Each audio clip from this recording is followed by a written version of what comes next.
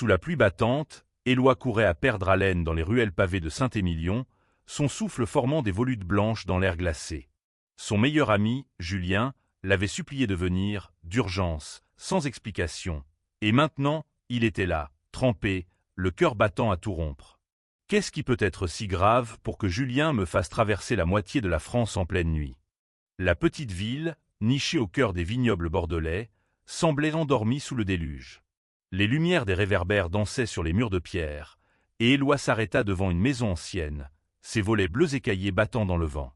Julien l'attendait sous le porche, les cheveux blonds collés au front, les yeux rougis par l'angoisse. « Éloi, merci d'être venu, » murmura-t-il, la voix brisée. « C'est mon oncle, Gabriel. Il a besoin de toi. » Éloi fronça les sourcils, sentant une boule se former dans son estomac. Gabriel, l'oncle excentrique de Julien, celui dont on parlait à demi-mot dans la famille, celui qui vivait reclus depuis des années.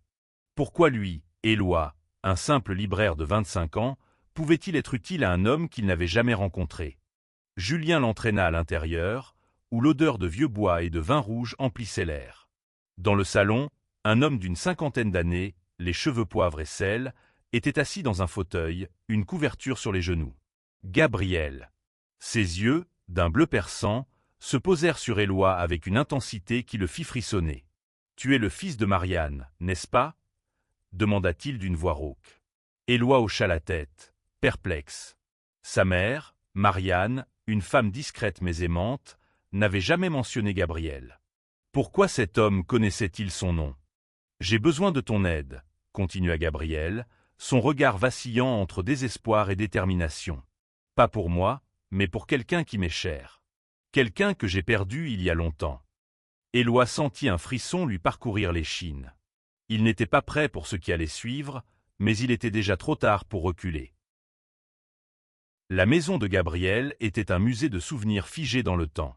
Des photos en noir et blanc ornaient les murs, montrant un jeune Gabriel riant aux côtés d'un autre homme, un inconnu aux cheveux sombres et au sourire éclatant. Éloi ne pouvait détacher ses yeux de ces images. Qui était cet homme? Pourquoi Gabriel semblait-il si hanté? Julien, nerveux, s'assit près de son oncle et expliqua. Il s'appelle Antoine. C'était l'amour de sa vie. Le mot « amour » résonna dans la pièce comme un coup de tonnerre. Éloi sentit son cœur s'accélérer. À Saint-Émilion, en 2025, l'amour entre deux hommes n'était plus un tabou, mais dans les années 90, époque des photos, c'était une toute autre histoire. Gabriel raconta, la voix tremblante, comment lui et Antoine s'étaient aimés en secret, dans une France encore étouffée par les préjugés.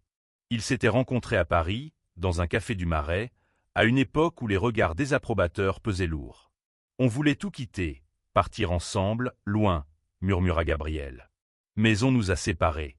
Sa famille, ils ne l'ont pas accepté. Ils l'ont envoyé loin, à l'étranger. Et moi, je suis resté, brisé. Éloi écoutait, captivé, sentant une douleur qu'il ne comprenait pas encore s'insinuer en lui. Pourquoi cette histoire semblait-elle si personnelle? Pourquoi sa mère, Marianne, était-elle liée à tout cela? Julien posa une main sur l'épaule d'Éloi. « Il y a autre chose, » dit-il, hésitant. « Antoine, il est revenu. Il est ici, à Saint-Émilion. Mais il est malade, très malade. Et Gabriel ne peut pas aller le voir. Pas après tout ce qui s'est passé. » Éloi sentit son monde vaciller. Pourquoi lui? Pourquoi maintenant? Que attendez-vous de moi? Demanda-t-il, la gorge nouée. Gabriel se leva, chancelant, et s'approcha d'une boîte en bois sur la cheminée. Il l'ouvrit et en sortit une lettre jaunie, scellée par un ruban rouge. « Donne ça à Antoine, » dit-il. « Dis-lui que je n'ai jamais cessé de l'aimer. Et trouve ta mère, Éloi. Elle sait des choses qu'elle ne t'a jamais dites. » Éloi prit la lettre, ses mains tremblantes. Il ne comprenait pas, mais une chose était claire. Cette mission allait bouleverser sa vie.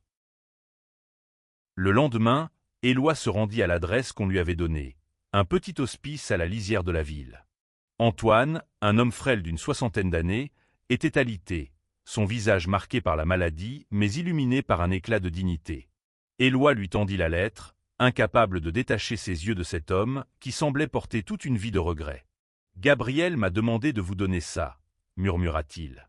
Antoine prit la lettre, ses doigts tremblants caressant le ruban. « Il ne m'a pas oublié », souffla-t-il, les larmes aux yeux. Éloi sentit une vague d'émotion le submerger.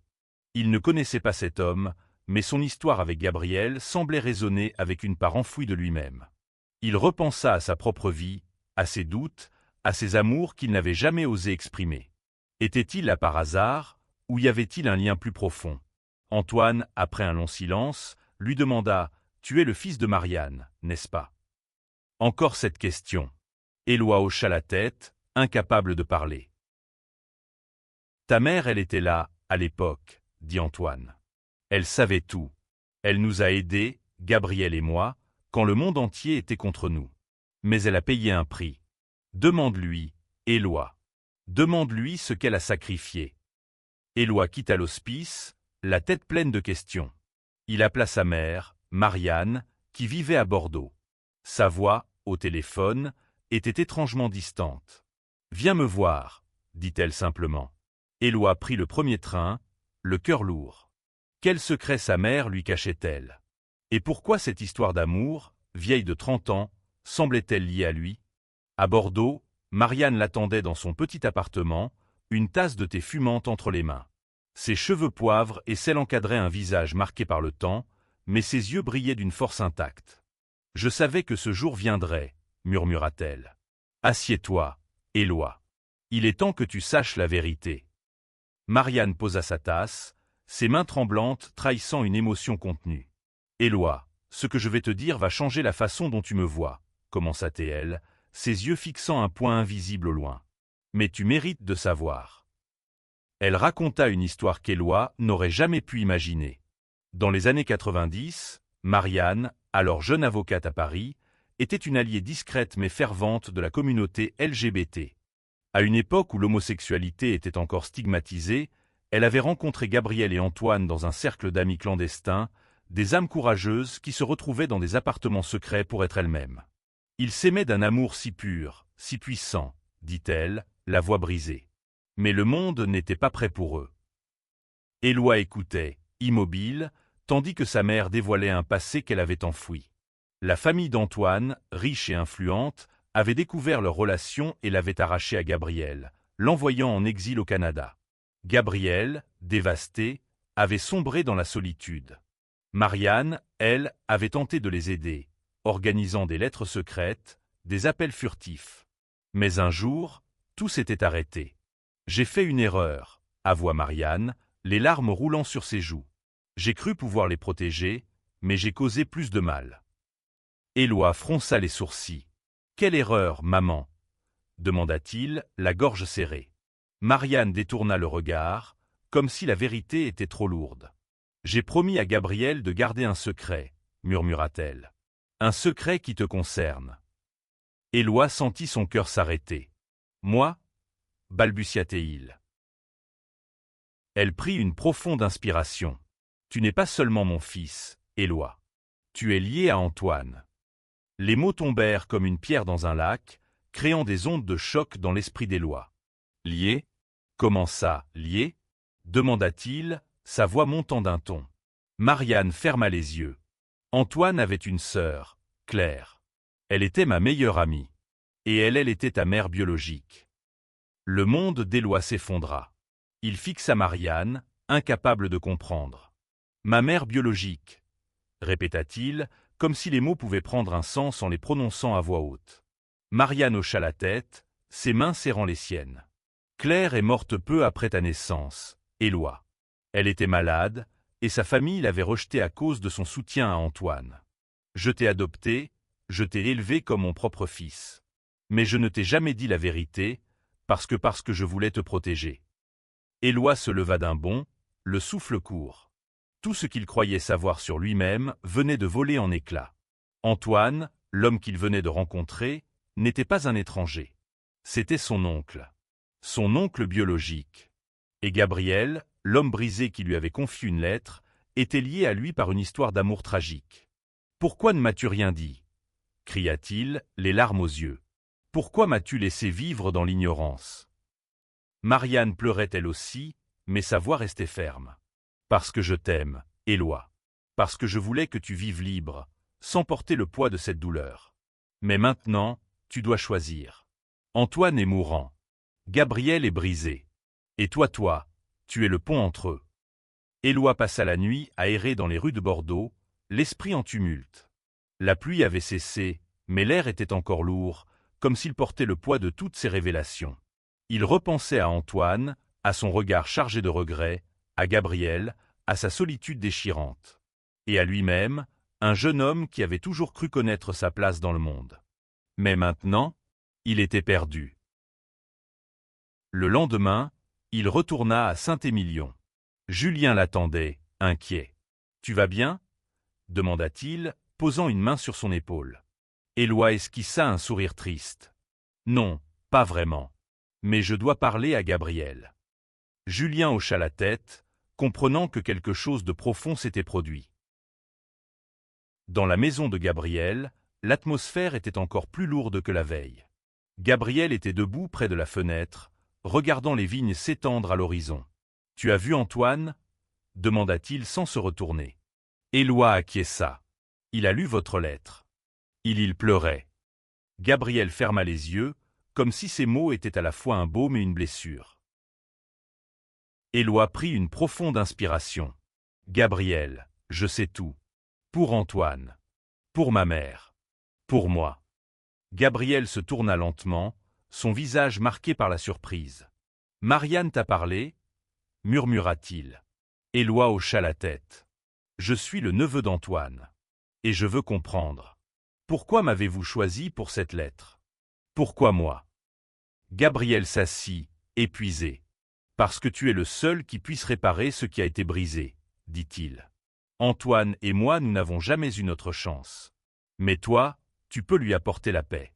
Et peut-être, à moi aussi. » Éloi passa les jours suivants à naviguer entre l'hospice et la maison de Gabriel. Chaque visite à Antoine était une plongée dans un passé qu'il découvrait à peine. Antoine lui racontait des bribes de son histoire. Les nuits à Paris avec Gabriel, les rêves d'une vie libre, les lettres qu'il s'écrivait en secret. Mais il parlait aussi de Claire, sa sœur, la mère biologique d'Éloi. « Elle t'aimait tant » murmurait Antoine, les yeux brillants. « Elle aurait été si fière de toi. » Éloi, lui, luttait avec ses propres émotions. Il ressentait une colère sourde envers Marianne pour lui avoir caché la vérité, mais aussi une gratitude infinie pour l'amour qu'elle lui avait donné.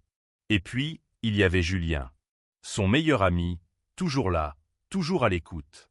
Éloi commençait à remarquer la façon dont Julien le regardait, la douceur dans ses gestes. Était-ce seulement de l'amitié? Ou y avait-il autre chose, quelque chose qu'Éloi n'avait jamais osé voir? Les jours passaient, et Éloi se sentait comme un funambule sur une corde raide, oscillant entre colère, tristesse et un étrange sentiment d'espoir. Chaque visite à Antoine à l'hospice renforçait leur lien. L'homme, malgré sa faiblesse, avait une force intérieure qui fascinait Éloi. « Tu ressembles à Claire » lui dit Antoine un après-midi, alors que le soleil filtrait à travers les rideaux. « Pas seulement dans tes traits, mais dans ta façon de chercher la vérité, de ne pas abandonner. » Éloi esquissa un sourire, mais son cœur était lourd. Il pensait à Gabriel, qui refusait toujours de rendre visite à Antoine. « Il a trop honte » expliqua Julien un soir, alors qu'il partageait un verre de vin dans un café de Saint-Émilion. Gabriel se reproche d'avoir laissé Antoine partir. Il pense qu'il ne mérite pas son pardon. Éloi serra son verre, frustré. Mais Antoine l'aime encore. Pourquoi est-ce si compliqué?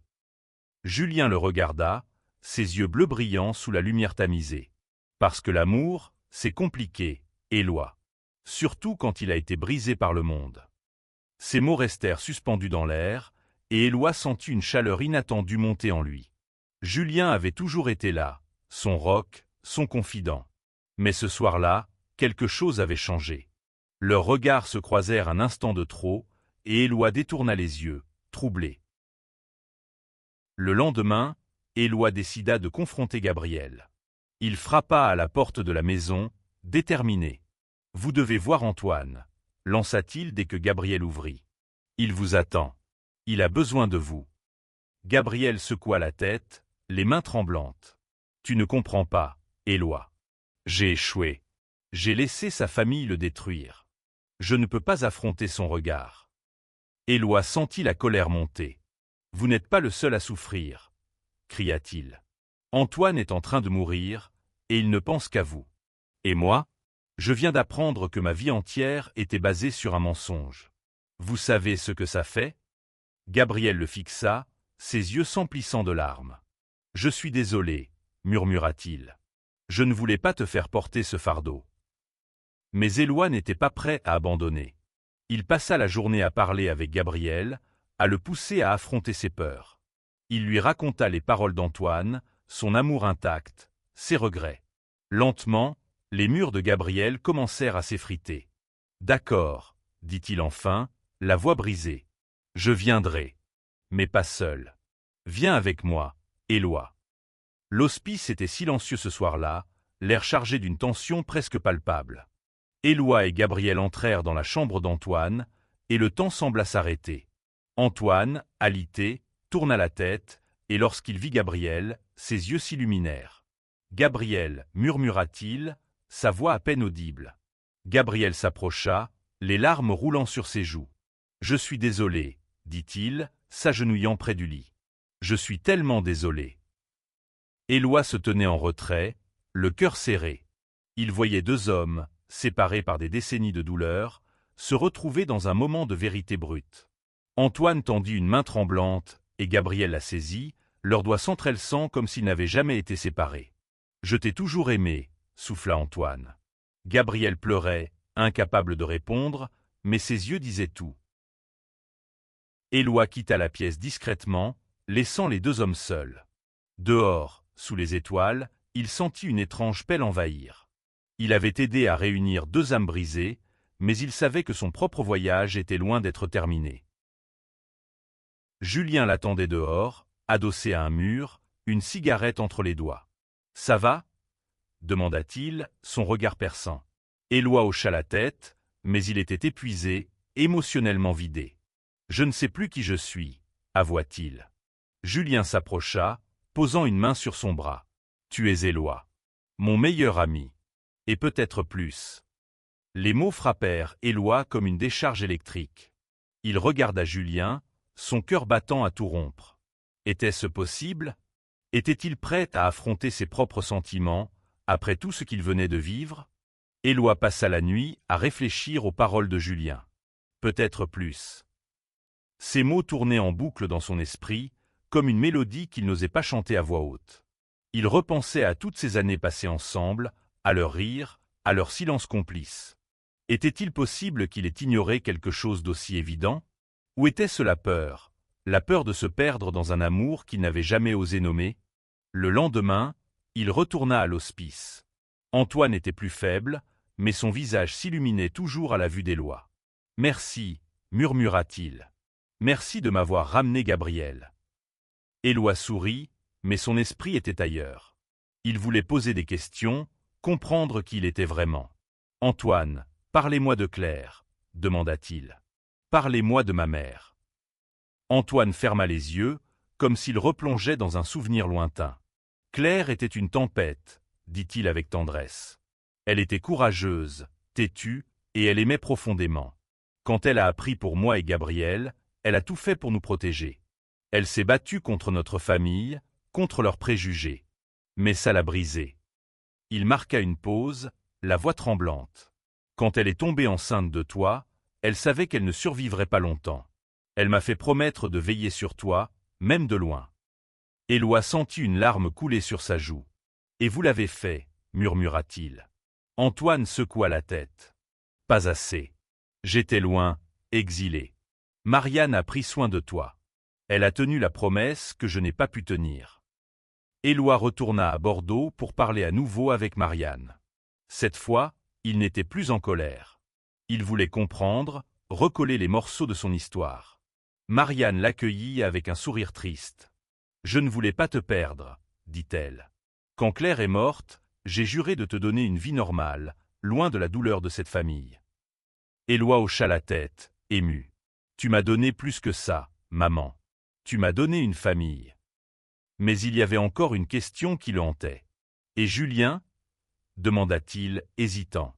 Marianne haussa un sourcil, un sourire en coin. « Julien t'aime, Éloi. Je l'ai vu dans ses yeux depuis des années. La question est, qu'est-ce que tu ressens pour lui? De retour à Saint-Émilion, Éloi trouva Julien dans les vignes, là où ils avaient l'habitude de se promener adolescents.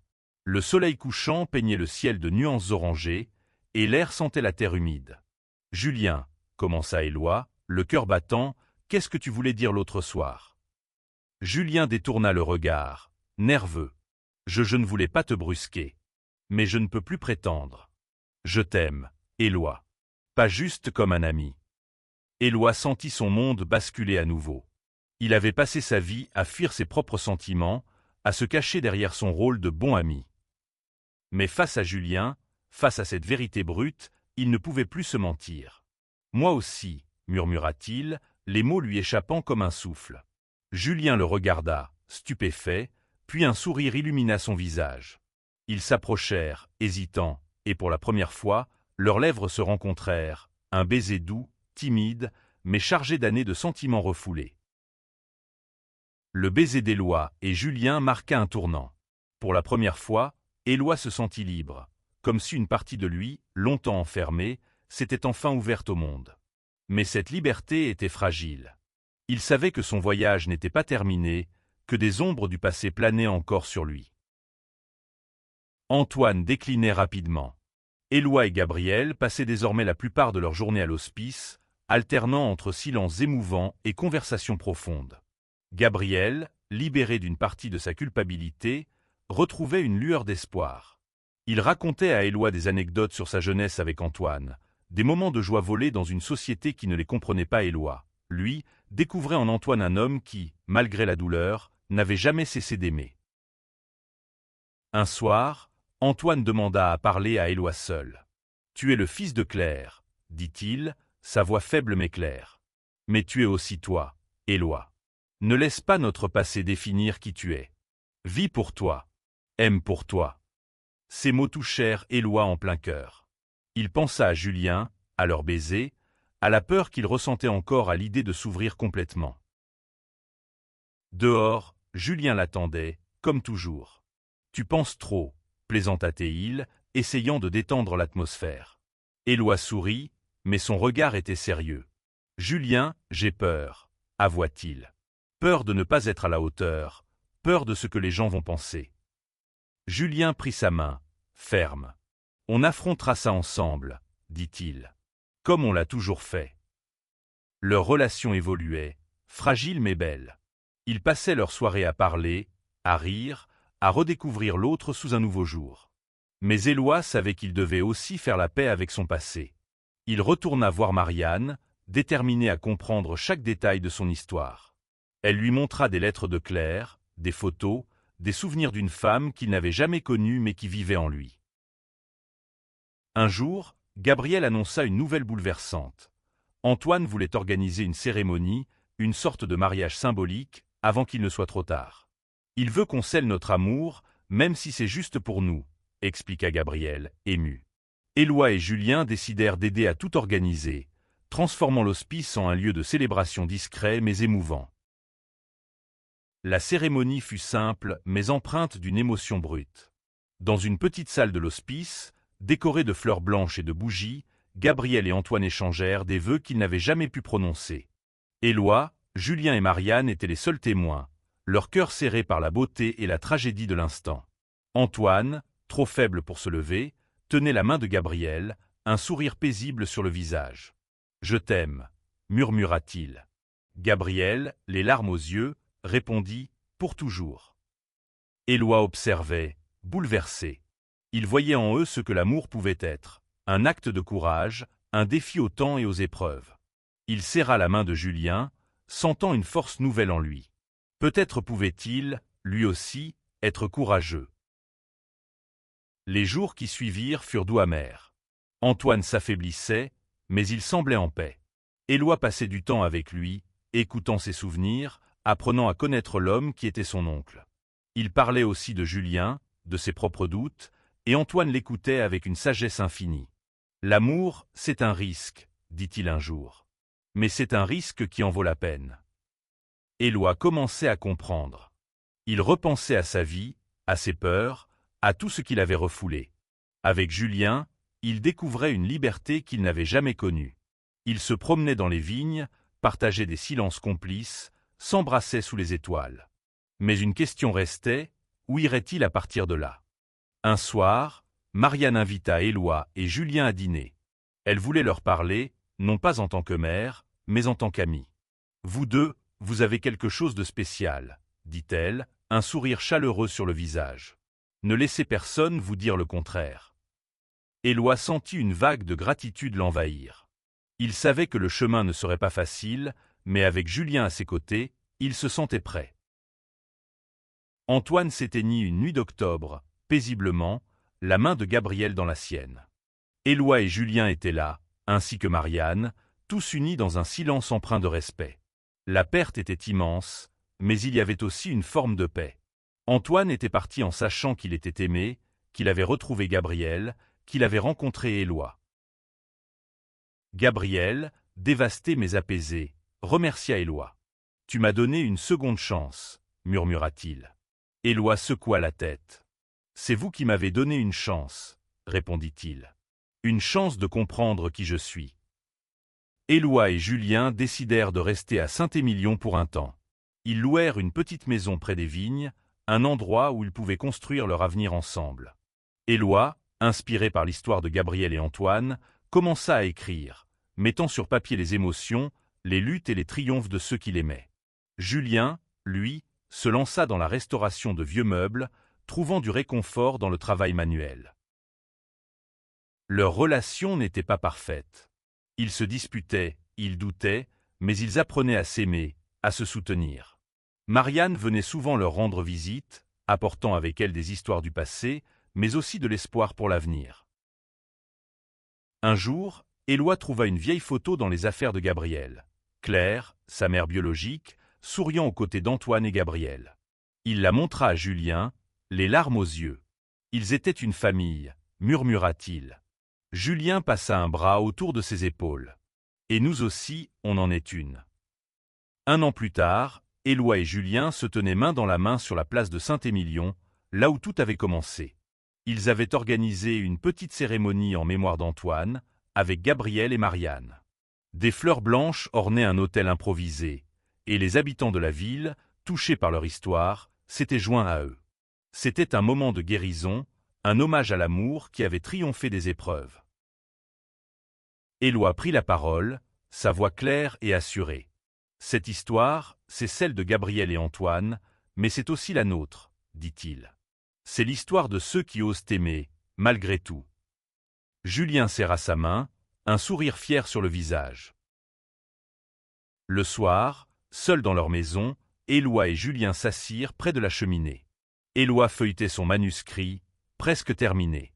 Il voulait raconter leur histoire, pas seulement pour lui, mais pour tous ceux qui se sentaient seuls, incompris. « Tu penses qu'on y arrivera » demanda-t-il à Julien, une pointe d'inquiétude dans la voix. Julien l'embrassa doucement. « On est déjà en train d'y arriver, » répondit-il. Leur vie continua, tissée de moments simples et précieux. Gabriel, apaisé, s'ouvrit à nouveau au monde, partageant son histoire avec d'autres.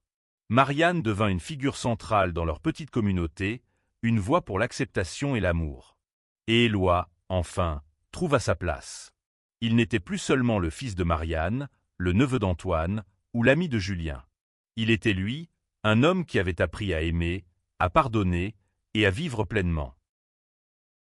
Leur histoire, née d'une simple demande d'aide, devint un symbole d'espoir. À Saint-Émilion, sous les vignes et les étoiles, l'amour avait trouvé un chemin, malgré tout.